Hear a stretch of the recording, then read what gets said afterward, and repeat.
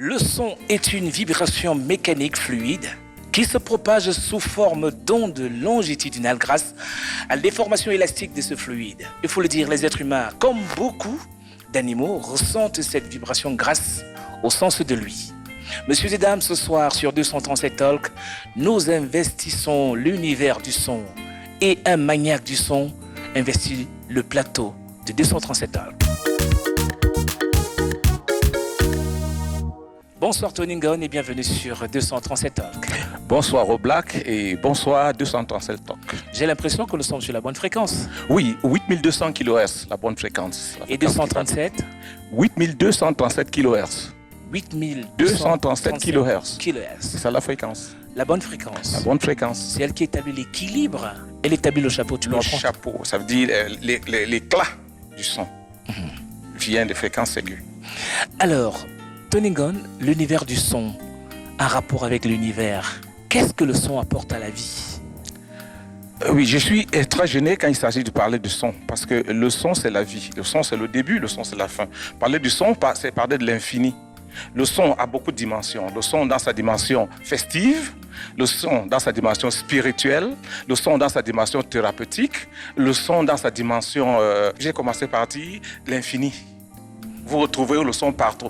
Parler du son, c'est parler de la vie, c'est parler du créateur, parler de la création. Mais le monde d'aujourd'hui ne cerne pas le son, le vrai son. On a l'impression que quelque chose a changé. Oui, beaucoup de choses ont changé parce que, je ne sais pas par quelle magie, les gens ont préféré mettre en avant le côté festif du son, que j'appellerais même le côté bruit du son. Alors, la fréquence a changé, c'est ça? La fréquence a changé. Je me souviens, il est écrit, quelque temps avant l'avènement de l'Église catholique, la fréquence standard, c'était du 286.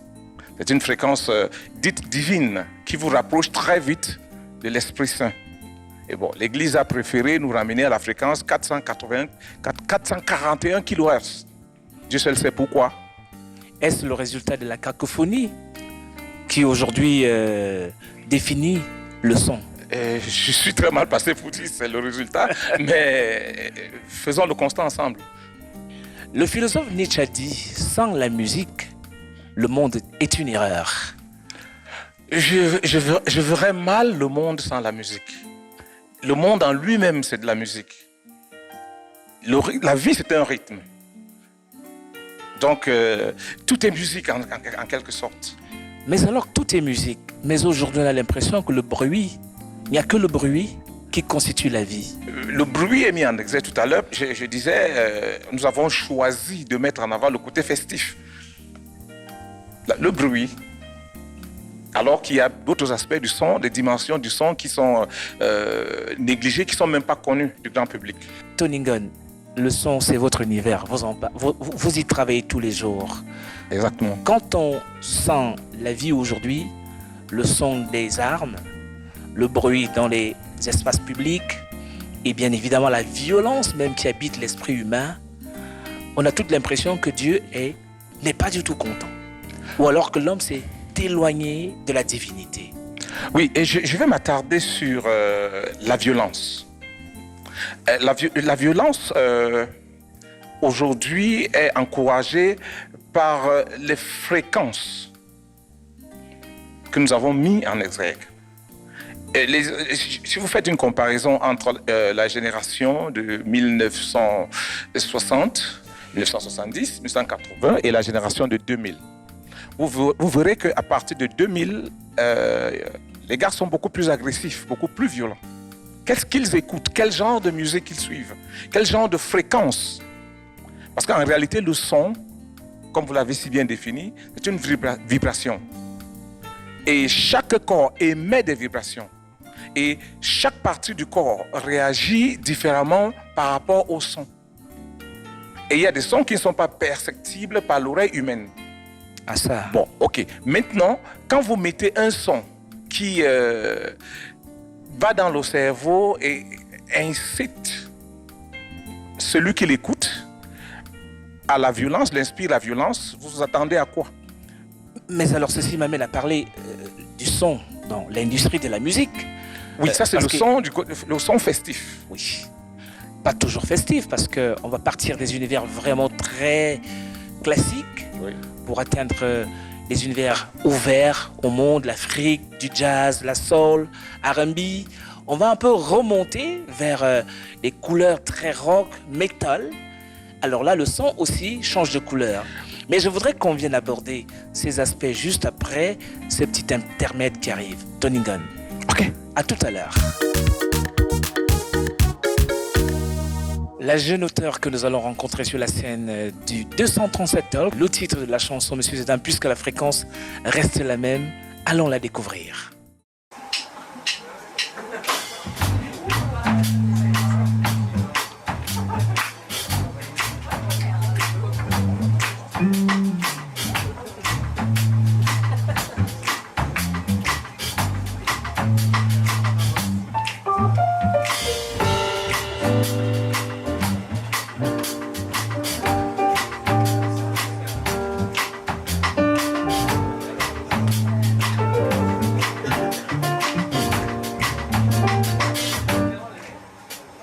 I love you, you love me. We both see that no one wants to speak. I need you, you want me. It's so clear we are meant to be. Why does it take you so much time to woo me? Maybe you think I'm not good for you, or maybe you fear me. But every time you look at me, it's obvious to see. Now in a room full of people, I'm the only one you see. I love your lips, your eyes, your skin, your style, and the way you smile. I love it when you look at me. You seem to love the way you love it. I love those everything will be okay when nothing is going my way. I love those kisses on my cheek, which tells me you are here with me. But why does it take you so much time to talk to me? Maybe you think I'm not good for you, or maybe you fear me. Every time you look at me, it's obvious to see that in a room full of people, I'm the only one you see. I said, why does it take you so much time to talk to me? Maybe you think I'm not good for you, or maybe you fear me. Every time you look at me, it's obvious to see that in a room full of people, I'm the only one you see. That in a room, that in a room, that in a room, that in a room, yeah. Why does it take you so much time to woo me? Maybe you think I'm not good for you, or maybe you feel me. But every time you look at me, it's obvious to see that in a room full of people, I'm the only one you see. I say, why does it take you so much time to talk to me? Maybe you think I'm not good for you, or maybe you feel me. Every time you look at me, it's obvious to see that in a room full of people, I'm the only one you can see. That in a room, that in a room, that in a room, that in a room. Come on.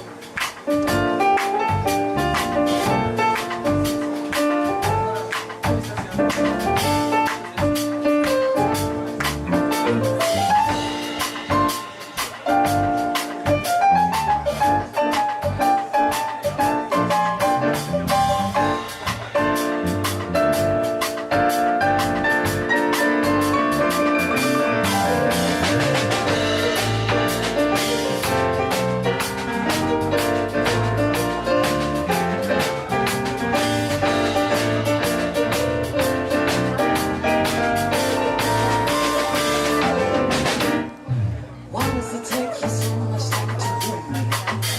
Maybe you think I'm not good for you, or maybe you fear me. But every time you look at me, it's obvious to see that in a room full of people, I'm the only one you see.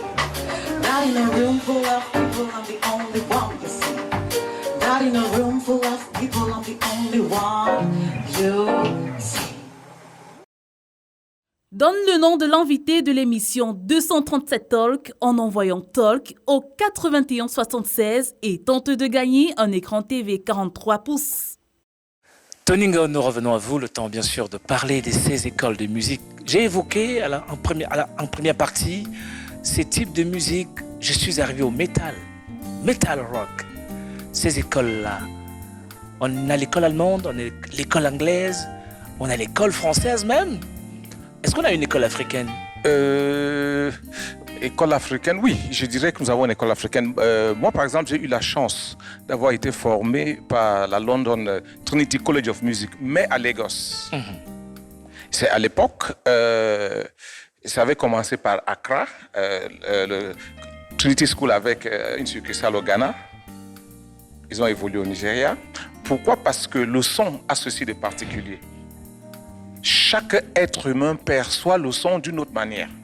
Vous constaterez que le son en Europe n'est pas le même aux États-Unis, n'est pas le même en Inde, n'est pas le même en Afrique. Le son africain est différent du son européen. Chaque être humain perçoit le son de manière différente. Donc, il est inapproprié que le son africain soit représenté par un non-africain. Certains l'ont compris et ils ont décidé de personnaliser le son. Ah ça. Et en Afrique de l'Ouest, ils ont compris. Vous remarquerez que le Nigeria a un son. Les couleurs qui viennent du Nigeria, du Sénégal, du Ghana sont uniques. Mais alors, des univers musicaux, il y a quand même que l'afrobeat a marqué le monde. Et c'est un son qui part d'Afrique. Oui, l'afrobeat a marqué le monde parce que ceux qui ont créé l'afrobeat ont maîtrisé le son. L'afrobeat, c'est quoi? C'est l'expression d'une culture. L'afrobeat, en réalité, c'est la fusion de la culture nigériane et de la culture ghanéenne.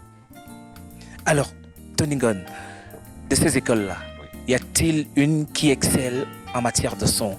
D'ailleurs, dit-on que l'Allemagne a l'un des meilleurs sons au monde en ce moment. On dit que l'Allemagne a l'un des meilleurs sons. Je ne serais pas entièrement d'accord. Parce que dans chaque aspect du son, il y a des différences. Par exemple, la science qui étudie le son s'appelle l'acoustique. Ah oui. Et en Allemagne, nous avons la meilleure acoustique. OK? Bon, maintenant, quand on vient dans le finish de l'auditif, il s'est avéré que les Jamaïcains qui n'ont pas de grandes écoles sont les meilleurs. D'accord. Aujourd'hui, les meilleurs techniciens. Si vous voulez un bon mastering, un bon mixage, si vous avez un technicien jamaïcain derrière les platines, vous êtes imbattable. Mais avant qu'on arrive au Cameroun, Tony Ngone, c'est quand même fou ce que quand on écoute de la musique, parfois tu écoutes certains auteurs, je prends Manu Dibango, et que Manu Dibango, il te propose une chanson avec une orchestration aussi costaud et lourde, mais à l'écoute, c'est d'une légèreté. Mais parfois, ici, chez nous, en Bikouti, local, tu l'écoutes, il y a une orchestration, mais alors, c'est le tonnerre. Mais c'est une cacophonie, à un moment, tu te demandes qu'est-ce qui se passe. Ok, le cas Manu Dibango me plaît beaucoup parce que Manu Dibango a trois natures de son. Quand Manu Dibango fait, comment ça s'appelle, quelque chose Africa, ça c'est enregistré au Congo, il a une autre couleur, il a un autre timbre. Quand Manu Dibango enregistre en France, il a un autre timbre. Manu Dibango revient, il a fait un tour en Jamaïque, il a fait du reggae, ça avait une autre couleur. Bon, maintenant, le son, les chansons de Manu Dibango enregistrées en France ont la couleur, le timbre français. Quand il travaille avec des Africains, il a fait à l'époque, je ne me souviens pas très bien du titre, c'était Oko, quelque chose comme ça, qu'il a repris au Nigeria. Ça avait un autre thème. Maintenant, il est revenu en Afrique. L'Africain a son son à lui. C'est vrai qu'à une époque, nous ne pouvions pas exprimer notre son parce que nous n'avions pas la technique du son, la maîtrise du son. Nous n'avons pas appris l'acoustique. L'acoustique, ça veut dire que comment isoler le son. Ok, nous sommes dans un studio, il a fallu que quelqu'un isole le son, sinon nous aurions beaucoup d'écho. Ici, on ne pourrait pas s'entendre. Effectivement. Ok, donc les Africains ont appris à isoler le son à la manière des Africains, parce que nous ne le percevons pas, nous ne le recevons pas, nous ne le ressentons pas comme l'Européen. Ah oui.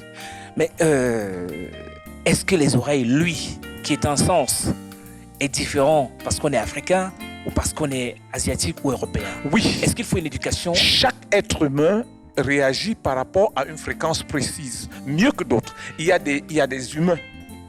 Ah, d'accord. Oui, il y a des humains qui C'est-à-dire que réagissent. chacun vibre à un certain niveau. Chacun vibre à un certain niveau. Vous avez dit, le son sont des vibrations. Ah oui. Et chaque corps émet des vibrations. Même les arbres, même les fleurs émettent des vibrations. Quand vous êtes, je dirais, formé ou initié, vous pouvez percevoir les vibrations qu'émettent chaque corps. Est-ce pour cette raison que, quand on observe la scène musicale au Cameroun, cacophonie, on n'en peut plus autour de ce qui se veut droit d'auteur, puisque tu as un peu travaillé, les artistes qui doivent travailler dans le son, qui doivent créer l'harmonie, sont eux-mêmes en désharmonie. Bon, là, c'est deux volets différents maintenant. Nous étions dans le volet du son. Le son comme le son, l'acoustique, la vibration. Mais maintenant, le droit d'auteur, c'est tout autre chose. Le droit d'auteur, à mon avis, il y a un manque de volonté politique. Le Cameroun n'a pas créé le droit d'auteur. Le droit d'auteur, on n'a pas besoin d'être professeur agrégé pour le gérer. C'est du copier-coller. C'est percevoir et distribuer. J'ai des chansons que j'ai écrites, je les ai protégées. Et j'avoue que les Camerounais n'ont pas la culture de la protection. Nous sommes manipulés aussi parce que nos chansons, nos œuvres ne sont pas protégées. Ah. Mais là, les acteurs même qui produisent ce qui se veut harmonie acceptent qu'ils soient dans la désharmonie. C'est pas grave, on en parle tout à l'heure. Un peu d'ignorance. Un peu d'ignorance. En matière de son, je crois aussi. En matière de son, parce que nous n'avons pas, au départ, nous n'avons pas eu les outils qu'il fallait pour pouvoir maîtriser et isoler le son du Cameroun. Voilà, Tony Gon, vous restez avec nous. D'ailleurs, vous êtes aux couleurs du Mbam Art. Et quand je dis Mbam Art, direction le Grand Mbam, allons parcourir les 9 grandes familles qui constituent le Mbam. Et le Mbam Art, c'est le rendez-vous. C'est la Biennale. La Biennale. La Biennale qui d'ailleurs se propose en cette année 2021, du 18 mois de novembre prochain.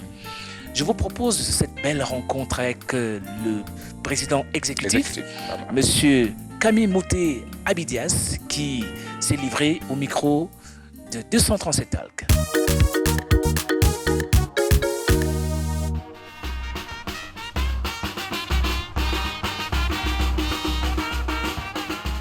Que nous avons créé un mouvement qui s'appelle BAM Art et Développement, qui a pour vision de retourner dans notre passé pour connaître ce que nous sommes à travers nos rites, nos cultures, nos mœurs, connaître afin de faire connaître tout cela dans notre environnement et dans le monde entier. Et bien sûr, afin de transmettre tout cela aux générations futures. Parce qu'il y aura toujours des gens, des jeunes gens qui, voyant qu'ils sont sur un cheval où ils ne touchent pas le ciel et les pieds ne touchent pas la terre, ou même par un mouvement brusque du cheval vont se retrouver à terre, n'est-ce pas? Si eux-mêmes ils ne décident pas de descendre. Donc à partir du moment où ils vont toucher le sol, ils voudront savoir, avoir des enseignements, des connaissances, n'est-ce pas, de leur tradition, de leur culture, de ceux qui sont. Il faut qu'ils trouvent des choses que nous avons déjà entamées, puisque ce n'est pas des choses qu'on finit dans une génération, et qui vont leur servir de tremplin pour continuer le travail que nous avons commencé.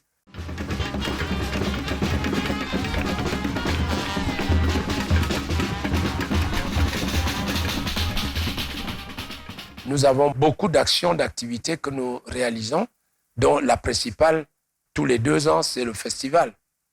Le festival permet justement de présenter le Grand Mbam dans sa diversité des 9 familles, parce que nous sommes 9 familles dans le Grand Mbam, et toutes ces familles sont autant différentes des unes que des autres, mais tout ceci plongé dans un même vecteur, un même mélange de culture qui devient la culture mbamoise et qui aujourd'hui, n'est-ce pas, a des piliers par lesquels les gens peuvent dire « Ah, ça c'est un Mbamois ».